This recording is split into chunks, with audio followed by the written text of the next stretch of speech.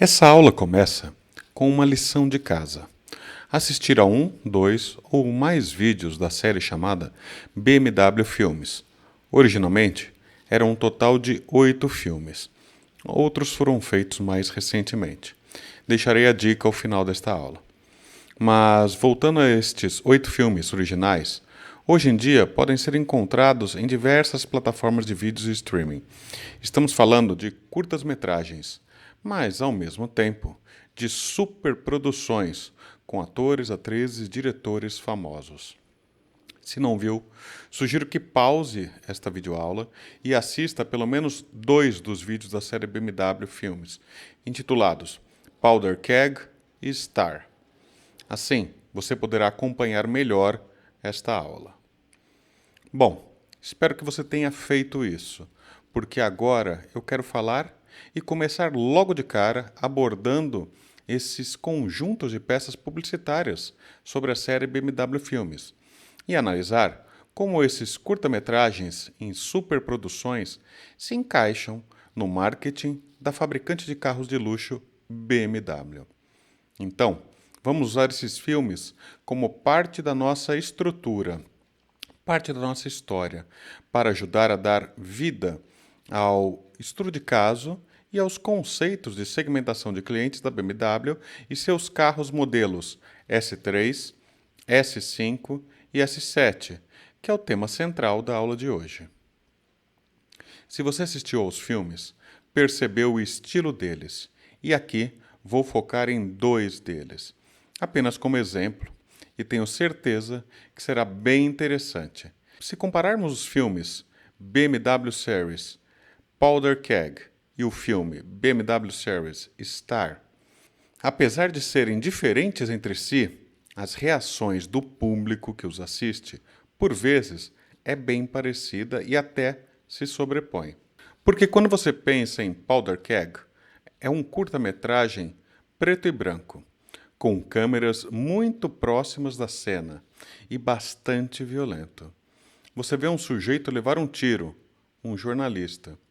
Então, eles estão tentando levá-lo para o outro lado da fronteira.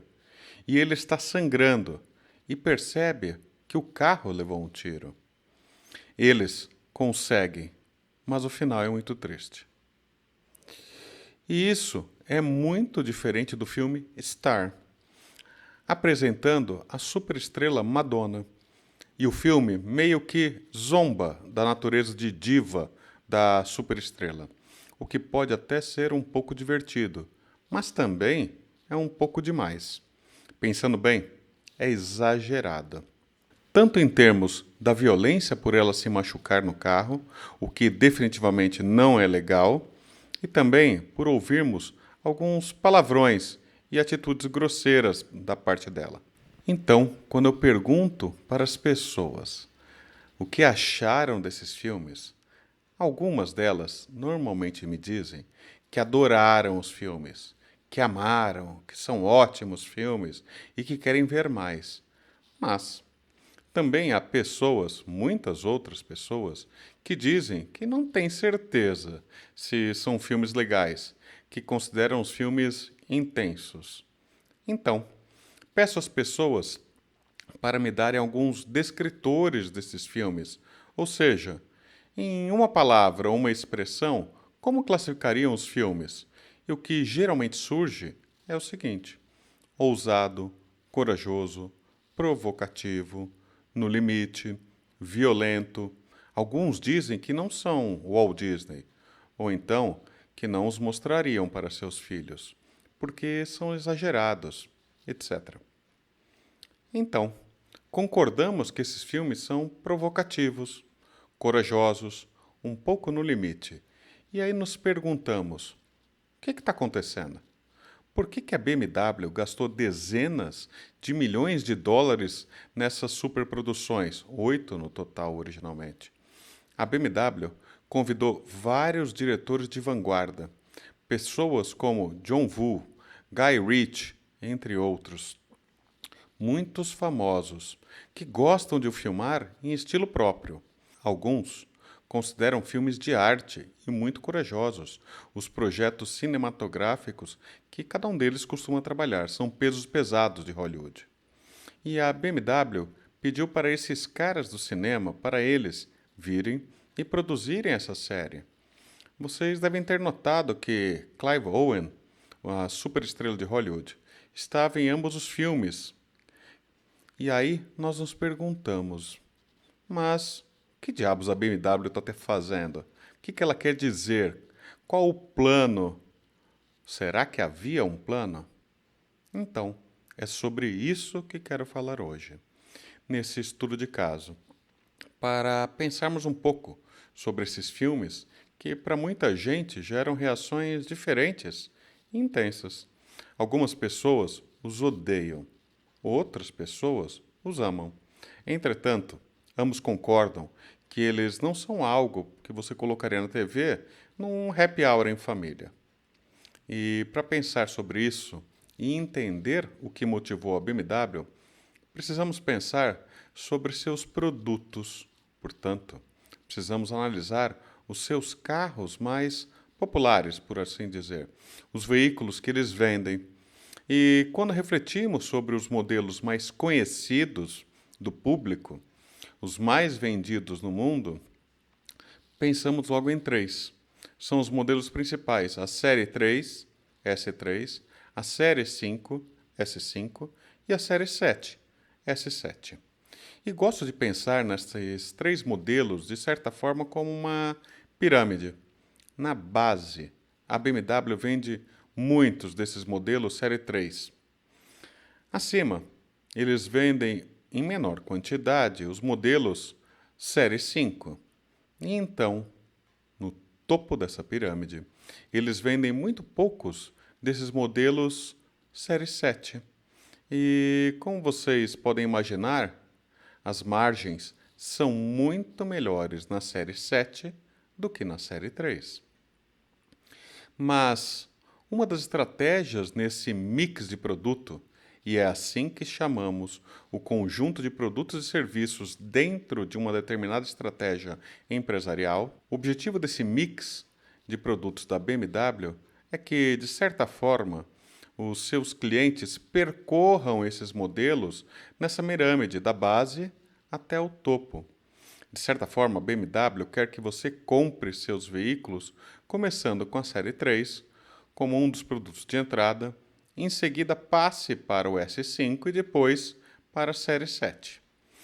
E quando você pensa em segmentação, nosso tópico de hoje, você pode ver rapidamente que esses carros são direcionados para públicos distintos. E mais adiante, veremos um pouco mais sobre as ferramentas associadas à segmentação, mas por ora, vamos analisar essas pessoas, esses clientes, suas diferenças em cada um dos produtos-chave da BMW. Se imaginarmos um estereótipo do consumidor típico de um BMW Série 3, provavelmente teríamos como resposta, um homem. Provavelmente também na casa dos 30, 40 anos de idade, trabalhando numa carreira em ascensão. Talvez alguém que recebeu uma promoção importante no trabalho, no setor financeiro, um escritório importante, por exemplo. E ele provavelmente mora numa região metropolitana, talvez ainda sem família, procurando a pessoa certa. E talvez se ache legal, aliás, bem legal. Este seria um possível estereótipo do cliente de um BMW S3. Então, vamos tratar isso como o segmento, o público-alvo para a série 3. Agora, se formos para a série 5, provavelmente esse cliente seria um pouco diferente, em termos de fase de vida. Novamente, provavelmente, ainda seria homem, mas não mais solteiro. Provavelmente teria uma família, quem sabe, um casal de filhos. Ele provavelmente está indo bem no trabalho. Talvez alta gerência ou direção de uma empresa. Mas agora ele se mudou para um bairro residencial, ou talvez tenha se afastado do centro da cidade, e por isso está pegando a estrada todos os dias em seu BMW S5. E esse seria o estereótipo. Agora, se formos até o topo da pirâmide, este consumidor típico terá uma aparência ainda diferente. Aqui, talvez, tenhamos alguém na casa dos 50 ou 60 anos. Ele é alguém que realmente conseguiu alcançar altos postos em sua carreira. Talvez CEO de uma empresa. Ou talvez um C-level aposentado, um executivo aposentado. Talvez ainda nem more mais numa cidade. Talvez ele more numa marina, ou num condomínio de luxo, ou em algum lugar muito legal e exótico, talvez. Provavelmente seus filhos já estejam crescidos, formados e moram com suas próprias famílias em suas próprias casas. Talvez ele não seja nem mais casado, ou talvez seja na terceira ou quarta esposa, quem sabe. De qualquer maneira, ele claramente é alguém que está em um segmento muito diferente dos dois anteriores. Então, quando pensamos nesses três grupos diferentes de pessoas, nesses três segmentos de consumidores com os quais a gente se divertiu um pouco aqui, imaginando estereótipos, eu poderia lhes perguntar: quem é o público-alvo da BMW para estes filmes? E essa pergunta é bem importante.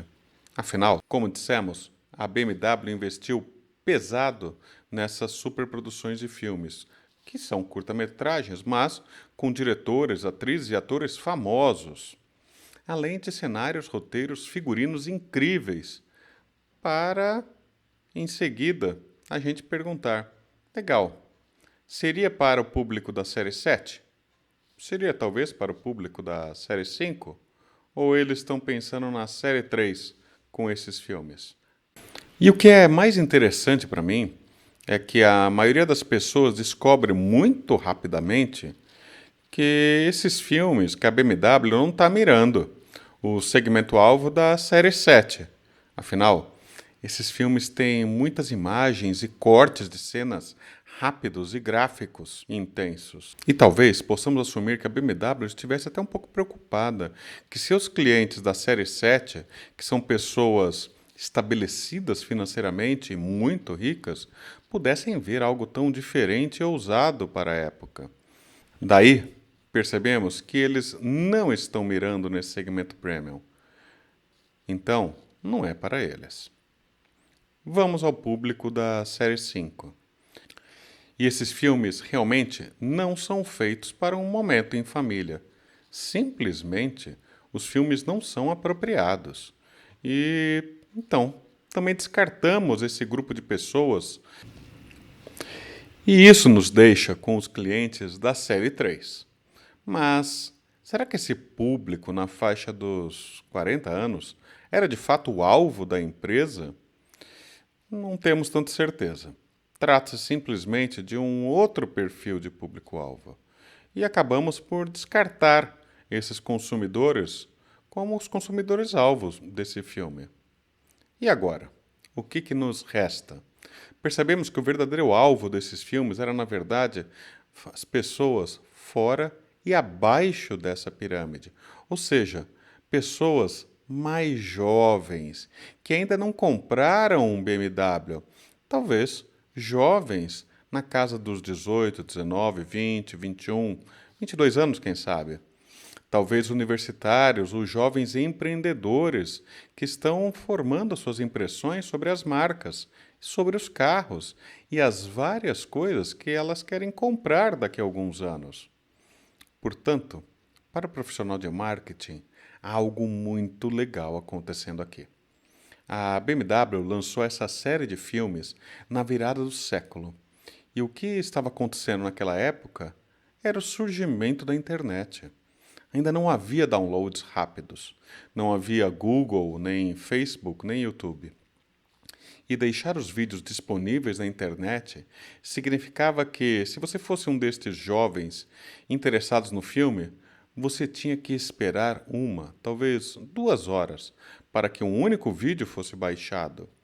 Mas, para fazer o download, havia um processo de registro, um cadastro relativamente longo que tinha que ser preenchido. Dessa maneira, com essa pequena, mas chata barreira de acesso, que era esse cadastro e a espera de 1 ou 2 horas, a empresa conseguiu, de certa maneira, proteger ou blindar os seus clientes nos segmentos série 7 e série 5 e, eventualmente, até série 3 destes filmes. Afinal, alguém na faixa dos 40, dos 50, dos 60 anos dificilmente ficaria na frente do computador esperando por horas para baixar um vídeo, mesmo que soubesse como fazê-lo. Talvez não valesse a pena esperar. Quem tem o conhecimento e gosta desse tipo de coisa é justamente aquele segmento mais jovem que ainda não eram clientes da BMW. Era por meio da internet e desse tipo de download que esse público-alvo acessava as novidades. Assim, percebemos que a segmentação aqui foi capaz de focar e atingir um grupo específico de pessoas com esses filmes diferentes e ousados para a época, ao mesmo tempo que blindava os outros segmentos que não interessavam a BMW para aquela ação de marketing tão particular naquele momento. E agora, por que a BMW faria isso? Bem, como a maioria das marcas famosas no mundo, hoje elas estão preocupadas com não apenas o consumo de seus produtos. Existe um conceito chamado de ciclo de vida, e falaremos sobre isso mais adiante no curso. Mas, pelo momento, o que precisamos saber é que a BMW queria ter certeza de que a empresa teria clientes no futuro interessados nos seus produtos. Queria cultivar novos clientes em potencial.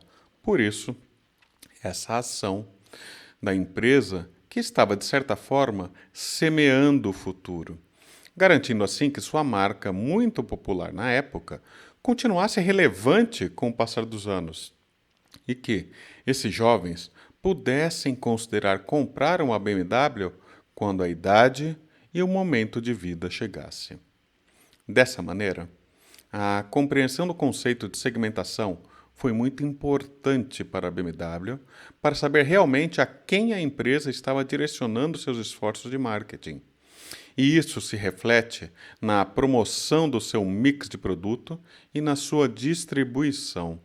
Tudo isso para uma efetiva execução de marketing. Agora, vamos investigar a segmentação como ferramenta analítica que podemos usar em nossas análises de mercado a partir deste estudo de caso da BMW. Obrigado.